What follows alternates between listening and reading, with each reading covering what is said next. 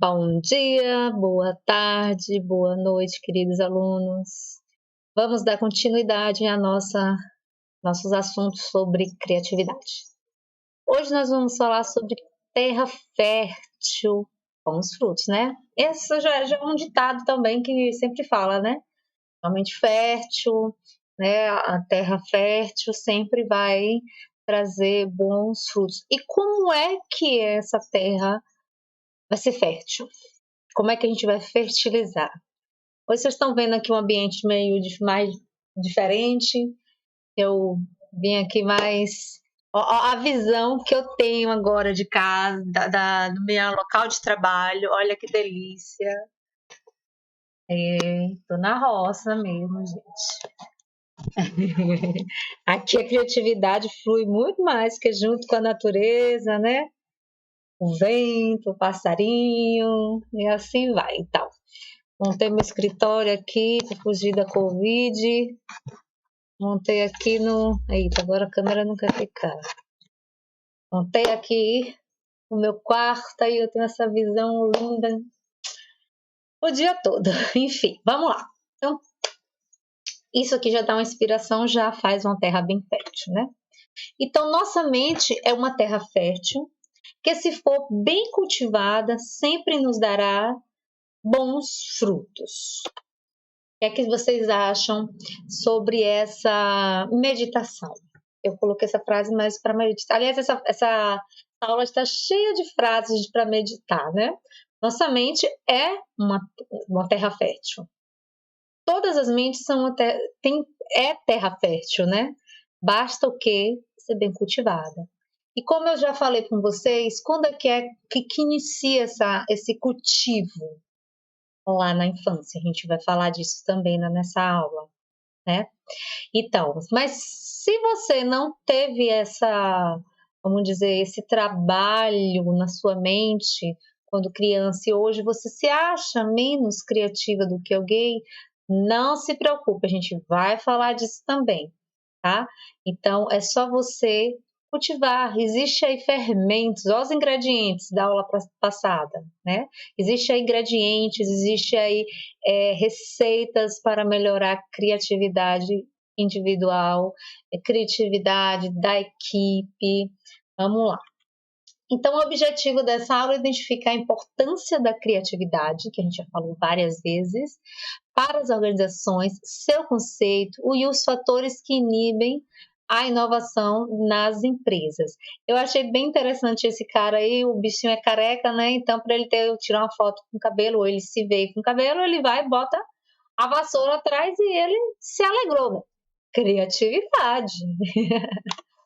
Então, para que possamos utilizar plenamente nossas potencialidades criativas, é importante cultivarmos alguns atributos de personalidade. Cada pessoa tem sua personalidade, né? Que é o que é você, é quem você são suas características. Então, você tem que usar aquilo que você tem. Gente, cada pessoa consegue liberar sua criatividade de uma maneira. Alguns é com barulho, alguns com bastante paz, alguns é no meio da natureza, outros é dormindo e outros enfim, e assim vai. Depende o quê? Da personalidade de cada um, tá? Então você tem que descobrir como é que a sua criatividade, né, desenvolve, certo? Então, esses atributos muitas vezes são menosprezados pelo sistema educacional. Então, às vezes, eu mesmo dou aula a criança pequena, eu vi aliás, eu já até falei com vocês, né? Fizeram um rabisco assim, aí outros deram risada, até professores também deram risada. Ah, como é desenho errado, não sei o quê. Então, faz o quê? Inibe aquela criança de querer desenhar novamente, entendeu? Então, é justamente isso. Não pode. Ele pode fazer o desenho mais sem desenho que exista, você não pode cortar. Aquilo é a criatividade dele. tá? Então ele desenha qualquer um, faz uma bola e você pergunta o que é isso, ele vai falar é um capim. Pronto, é um capim para ele, a imaginação. Deixa ele soltar. Ah, se é um capim, então vamos lá, vamos fazer um cavalo. E aí ele faz um risco assim, um risco bem louco assim, e esse é o cavalo. Pronto, que lindo cavalo. Agora desenha pro em cima do cavalo para montar aí. Enfim, é assim que eu gosto de trabalhar com os meninos de 2 anos, 4 anos, 5 anos, porque é interessante deixar a imaginação deles irem além do que você olha, você não entende nada do desenho dele, mas ele te explica direitinho o que é aquele desenho. Depende se você deixar, tá? Então, nossa personalidade é resultado da criação que recebemos desde a infância, como eu estou falando aqui. Então, contudo, é possível promovermos mudanças na nossa forma de agir e pensar de modo a fortalecer traços que favoreçam a potencialidade criativa. Então, se você não teve aquela infância que te deixou imaginar coisas, né, fluir a tua criatividade, então, mas tem solução, tá bom? Para tudo na vida tem solução, não tem ainda pela morte. Então, é justamente isso que acontece, né, na rede, na educação, que alguns recebem, principalmente em casa, não é só a professora que faz isso, né? Então, a criança está aqui com um pensamento grande e redondo, mas o pensamento da professora é quadrado, então ela vai e coloca que todos pensem igual a ela, quadrado, ela vai lá e corta. Então, isso é como se cortasse a imaginação da criança, tá? O que não deve acontecer de maneira alguma. Se tem aquela criança, você tem uma criança em casa ou conhece alguma e ela gosta de inventar 1 milhão de histórias, deixa, porque ela vai ser uma excelente profissional quando ela crescer e em tudo, né, na sociedade, em tudo. Né? Crianças pegam assim livros, eu gosto muito também disso, pegar o livro e deixar ele contar, livros com desenho, deixar ele contar a história do jeito dele, tá entendendo? Então, é você deixar expandir este balão, né, ao invés de você cortar. Não é assim. Ele pega a história lá da Branca de Neve, e aí ele inventa, conta lá do jeito que ele quiser, não tem problema. Do Chapeuzinho Vermelho não tem problema. Deixa eu contar lá do jeito que quiser. É muito interessante. E existem livros hoje em dia, assim, só com imagens, sem palavras, para que as crianças contem história da maneira delas, tá? Para o que isso tem a ver com recursos humanos, com RH? Tem tudo a ver, porque você vai entender e você vai elaborar o quê?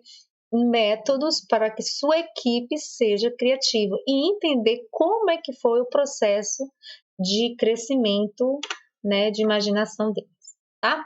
Então vamos lá. De acordo com Alencar, os estudos mostram que os profissionais que se destacam no campo de atuação, devido às suas contribuições criativas, têm os seguintes traços. Então vamos conhecer a personalidade daqueles profissionais, né, que vem se destacando por causa das contribuições criativas. Então, o que é que ele tem na personalidade? Ela tem isso aqui, ó. Intenso envolvimento no trabalho realizado, ele tem atitude de otimismo aliado com coragem de correr risco, ele também é flexível, né? Tem flexibilidade pessoal, tem abertura à experiência e tolerância à ambiguidade, né? Que faz parte um do outro aqui, a autoconfiança, a iniciativa e acabativa, porque tem gente que começa as coisas e não termina, né? E tem, que não pode faltar nunca, persistência. Então, vamos lá falar de um a um. Então, intenso envolvimento no trabalho realizado. A imagem aqui está clarinha, mas dá para ver que são todos super-heróis, ou seja, todos estão envolvidos no trabalho, todos estão assim Vamos lá, todo mundo junto, um por todos, todos por um. Todos são super homens e super mulheres, né? Então, esse traço é observado principalmente entre administradores, entre cientistas, entre os economistas, entre escritores, entre professores, entre tantos outros profissionais. Então, a capacidade que esses profissionais têm de se envolver no trabalho realizado de maneira intensa é reflexo de quê? De uma paixão pelo conhecimento, pela produção, pelo resultado também, pelo aprimoramento de um produto. Gente, tem empresas que têm paixão por aprimorar o seu produto. Eu sempre falo aqui da Toyota. A Toyota mesmo, ele trabalha sempre com a melhoria contínua. Então, ele sempre quer ter um produto melhor para oferecer aos seus clientes. Então, uma das coisas que aqui, uma das empresas que eu posso citar aqui nessa paixão pelo conhecimento, pela produção, pelo aprimoramento do produto, pela solução de problema também, porque eles trabalham com a melhoria contínua, é justamente a Toyota, é uma das empresas que trabalha, que tem essa paixão e o intenso envolvimento no trabalho. Eu lembrei aqui agora, não estava no planejamento da aula não, mas eu lembrei, porque eles trabalham com isso, né? Eles têm esse... Como eu já falei dos japoneses, né? Então pronto, já falei na última aula sobre os japoneses, né? Como eles trabalham, como eles amam o trabalhar, o melhorar. Então, as pessoas portadoras desse traço são fortemente envolvidas por um sentimento de prazer e satisfação em trabalhar.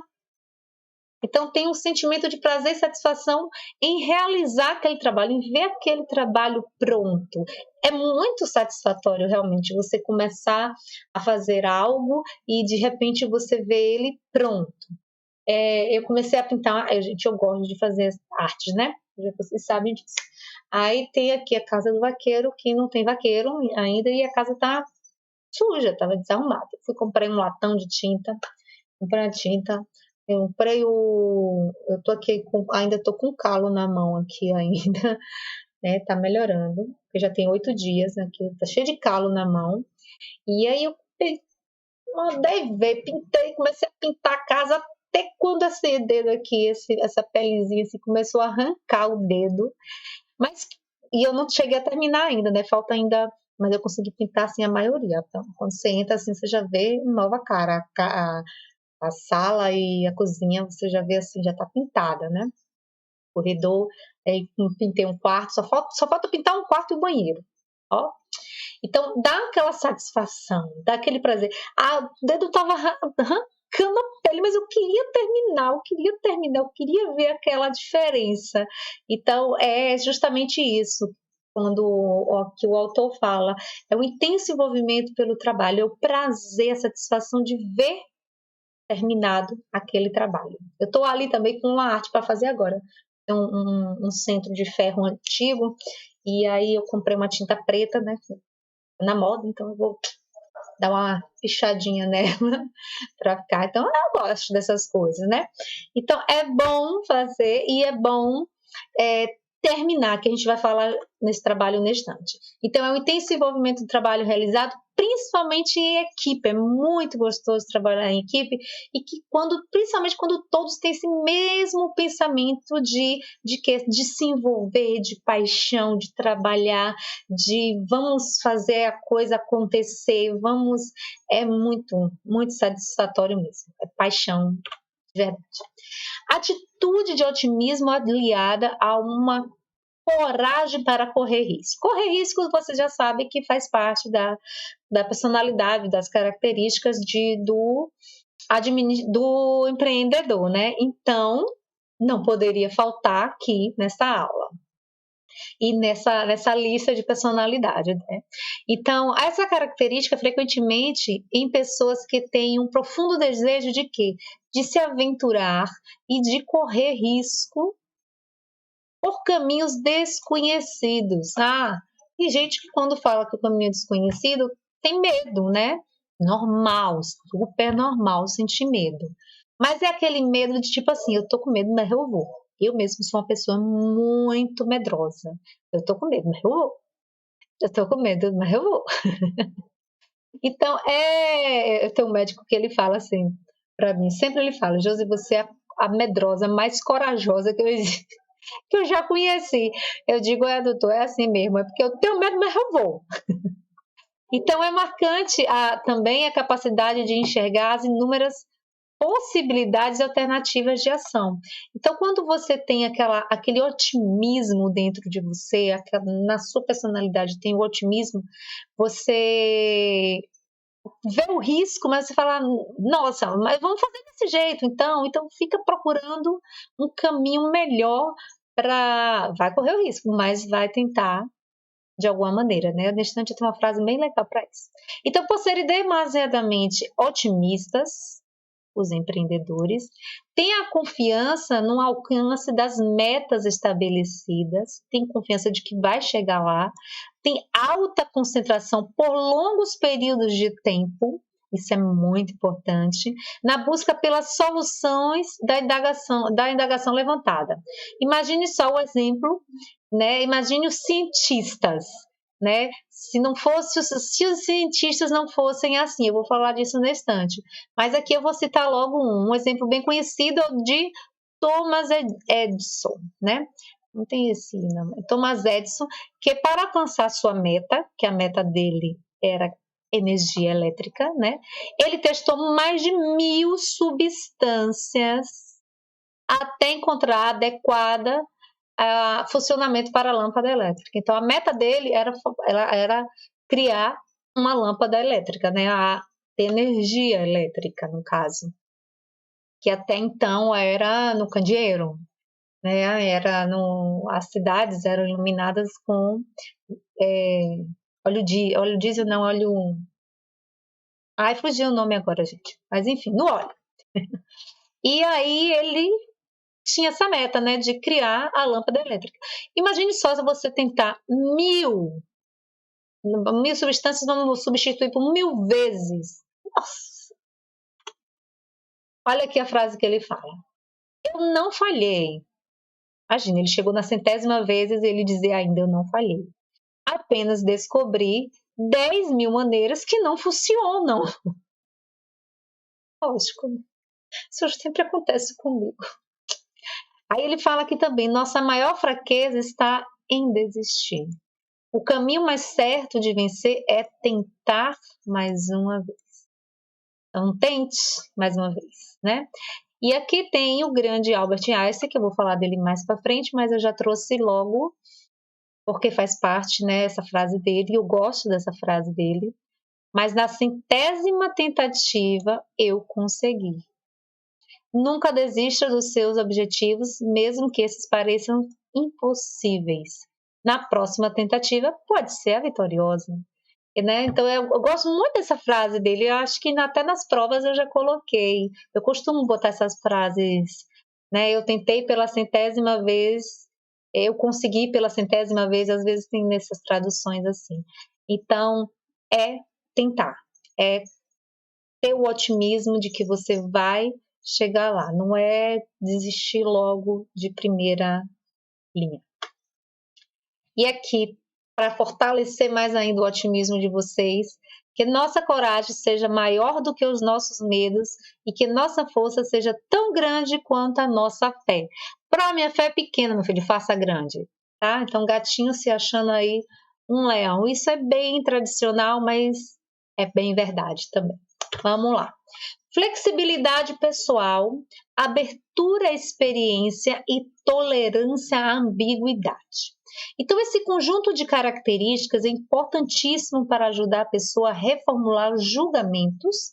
Então, reformular julgamentos, principalmente a flexibilidade, tá? E as ideias previamente concebidas sobre alguma coisa. Então, vocês vão lembrar lá dos modelos mentais, né? Que é justamente aqui que a gente está falando. Isso tudo aqui a gente está falando sobre os modelos mentais, flexibilidade pessoal, é mudar a sua mentalidade que você já tem sobre algo, né? A ambiguidade, ou seja, ver o outro, ver o imposto, né? Que às vezes é muito difícil. Então, notem que há uma estreita relação com o desejo de experimentar e buscar novos métodos, novas soluções e respostas para os problemas em questões, né? Então, a tolerância auxilia a pessoa a lidar com a ambiguidade. Quando você é tolerante, quando você é flexível, quando você dá abertura a novas experiências, você consegue suportar aquilo que não é, né, geralmente a sua opinião, né, a sua linha, vamos dizer assim. Então, quando se deparar com uma situação pouco estruturada. Então, a flexibilidade, aqui eu coloquei, né, uma imagem de um grupo, né, que com certeza são inflexíveis, com certeza não querem ter novas experiências e com certeza não são tolerantes, né? É a oposição de um do outro. Então, eles são totalmente contra, vê que eles estão de costas, eles não estão aptos, eles não estão abertos a uma discussão, a fazer, vamos dizer, um brainstorming, por exemplo. Ao contrário desses aqui, que cada um tem a sua peça. Todos são importantes. Então, cada um vem com o seu e cria e monta o quebra-cabeça. É justamente ter bastante flexibilidade, abertura ao novo, né? A experiência nova. É ter tolerância à ambiguidade, certo? Então, fica a dica. Quando vir alguém com a ideia que você nem gosta de tocar, vai que de repente dá certo, né? Vamos tentar. Autoconfiança e iniciativa e acabativa é o que não pode faltar no empreendedor, né? Então, a autoconfiança e a iniciativa são traços igualmente importantes e revelam alto nível de o quê? Motivação intrínseca, ou seja, aquela motivação de dentro de você. A autoconfiança é algo que é dentro de você. É igual aquela imagem, né, do gatinho que acorda e se enxerga um leão, né? Então, não é que a gente vai deixar de lado a realidade, mas você tem aquela automotivação de que eu vou conseguir, eu vou começar e eu vou terminar, né? Então, as pessoas portadoras dessa capacidade realizam tarefas fundadas em interesses próprios. A grande maioria dos grandes inventores, né, dos grandes empreendedores, eles inventam algo para suprir a sua própria necessidade. E aí, a partir de então, é que passam a vender depois que dá certo, né? Imagine o Thomas Edison, né? Graças a Deus que ele inventou energia elétrica. Graças a Deus. Então, sua satisfação concentra-se no fato de concluir a atividade em si, não só começar, gente, e concluir. Diz aí, quando a gente começa a varrer a casa, a limpar a casa, né? E a gente termina, tá aquela coisa mais linda do mundo, cheirosa, tudo no seu lugar. É bom demais. Não dá satisfação? Pronto, é um exemplo, né? Então, não apenas nos benefícios decorrentes da sua realização, mas a acabativa, né? Então, a autoconfiança, a chave para o sucesso, por Gabriel Grangeiro, né? E aí começa, eu não vou fazer, eu não consigo fazer, eu não quero fazer, principalmente dias de preguiça. Aí depois já muda, como é que eu faço? Eu vou tentar fazer, eu consigo fazer, eu vou fazer. Sim, eu fiz. E aí vem a satisfação, né? Então começa aquilo para baixo, principalmente tem pessoas que gostam de botar outras para baixo e dizer, não, isso é impossível, esquece. Quantas vezes eu já ouvi isso? E aí, mas já disse a vocês também, né? Quando eu escuto isso aí aqui, eu gosto. Porque se me disser que eu consigo, aí eu não vou, não. Eu digo, eu vou conseguir, então deixa pra lá. Então, 5 dicas para iniciativa e acabativa. Vou ver aqui, só foi um exemplo, um site que eu achei bem interessante e botei aqui. Então, primeiro, mesmo que você tenha 1000 ideias e várias áreas na vida que você queira mudar, escolha uma só e defina um plano simples e o mais possível para sair do papel. Isso para você começar a aprender a acabativa e a iniciativa e acabativa. Segundo, defina metas pequenas e de curto prazo. Não adianta pensar que você é do tamanho dos seus sonhos, sua capacidade de realização é baixa. Então, o importante é o quê? Pouco a pouco, porém, sempre. Uma hora termina. A ideia boa é ideia simples. Se você precisa de mais de 3 minutos para apresentar a sua ideia ou precisa agendar uma reunião presencial para que o outro te entenda melhor, volte ao papel e escreva o plano até que ele fique simples. Então, as ideias têm que ser fáceis de ser entendidas. Se você explicar demais, vai enrolar. Então, pense no que pode acontecer de pior, que é o plano de contingências, né? Tudo pode acontecer. Muitas ideias fracassam por desconsiderar o que pode dar errado. Então, crie um plano B, crie o plano C, crie o plano D e assim vai. Não desista. Planeje e comece. A perfeição será só no céu, então ninguém é perfeito. Comece como está, com o que tem, durante o caminho que você reescreva algumas partes. Então, o importante é o quê?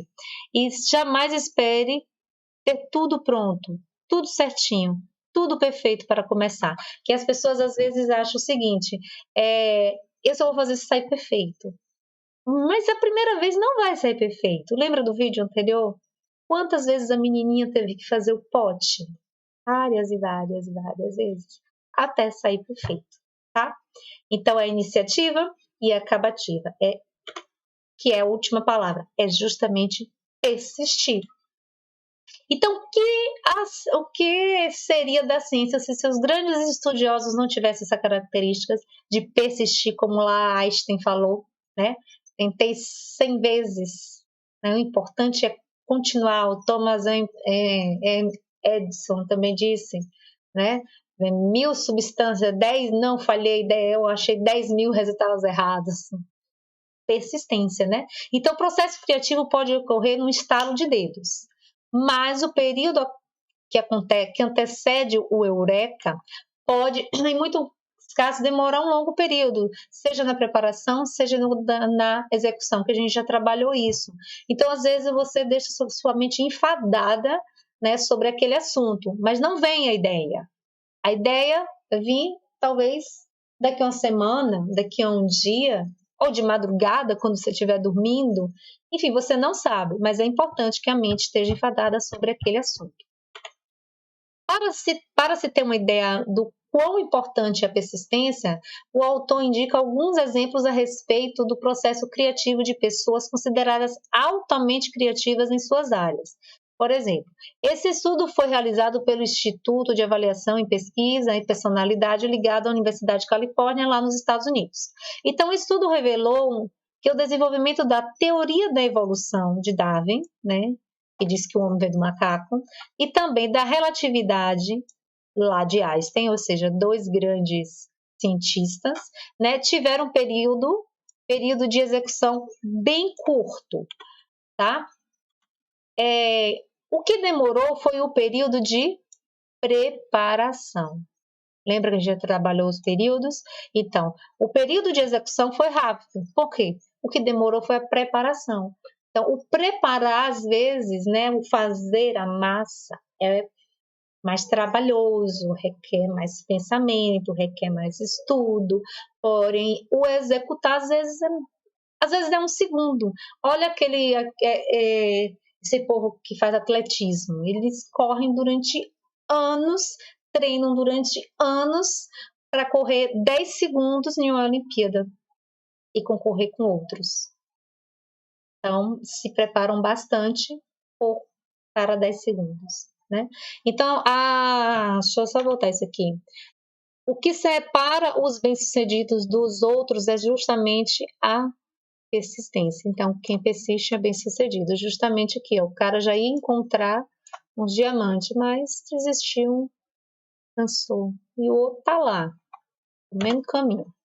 Então, a Sinfonia de Bach foi composta num período, gente, 20 anos para compor uma música. Hoje uma música é composta em um segundo.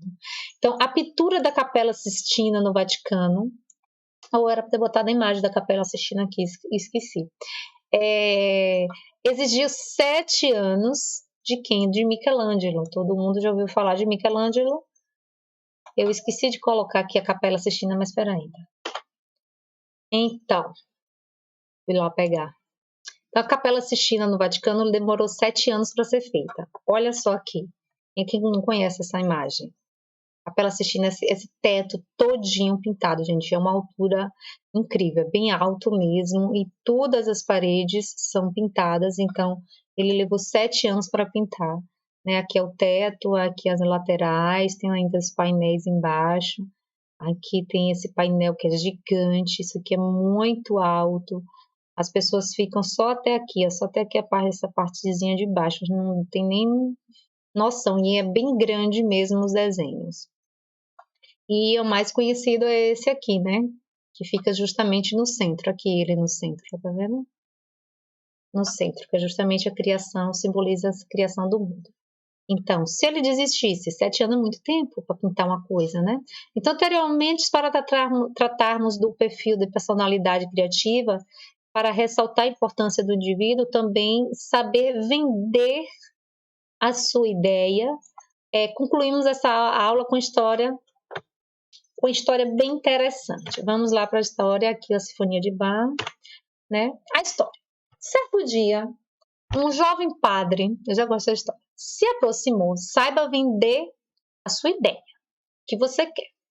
Certo dia, um jovem padre se aproximou do cardeal e perguntou-lhe: posso fumar enquanto rezo? De imediato, o cardeal respondeu que não, isso seria totalmente errado, né? Lógico, ele respondeu assim. O jovem padre afastou-se e um colega, também fumante, disse-lhe: você deveria ter mais tato. Observe, o outro padre, né? Dirigiu-se ao cardeal e falou: padre, olha só como é que se vende a ideia. Padre, estou com uma questão teológica incômoda. Rezo com a máxima frequência possível, principalmente nos intervalos do dia atarefado. Às vezes, enquanto relaxo fumando o meu cachimbo, caio na contemplação e sinto um desejo enorme de rezar. Padre, seria sábio conter a ânsia de rezar nessa ocasião ou deveria seguir em frente? O cardeal respondeu prontamente: vá em frente, nunca reprima o desejo de rezar, meu filho.